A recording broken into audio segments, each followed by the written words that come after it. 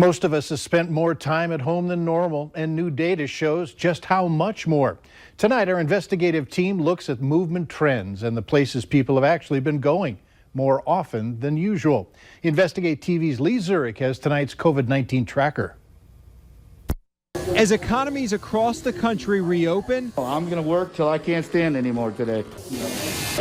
some businesses have been overwhelmed with work. I expected a rush, but I didn't think it was going to be like this so early in the morning. Some shoppers waited in a long line to be able to browse a big box store's aisles again. One thing, just to get out and go down the aisles and see what they have, because it's been so long since we've been able to do that. Mobility data from Google shows social distancing measures across the country changed people's regular patterns. Across the country, Google reports mobility trends for places of work were down 26%.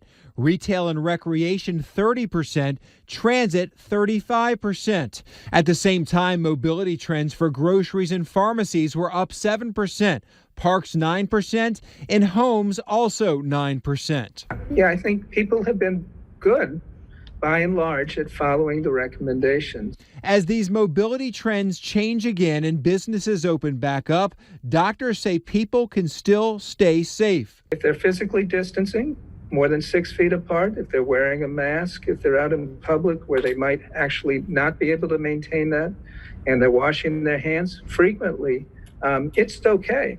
That's what we can do to minimize the transmission of this virus. When you look at the country, our COVID-19 tracker shows the curve, and the number of positive cases continues to go down. But some metro areas are still seeing a large number of new cases. Here's what we're seeing in the past week. Per capita, Salisbury, Maryland has seen the most positive cases.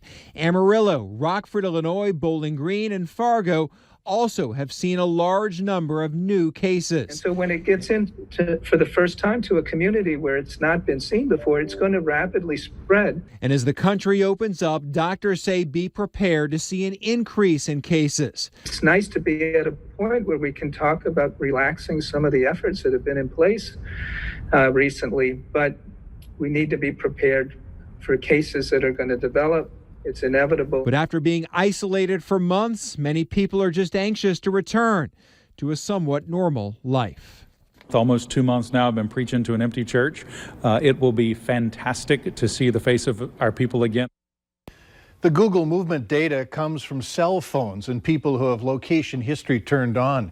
We looked for the data for North Dakota and found when it comes to going to parks, attendance has dropped by 24%. Up next on Valley News Live 10 at 10, going into the office or working from home, what a lot of Americans might prefer to do once the pandemic is over.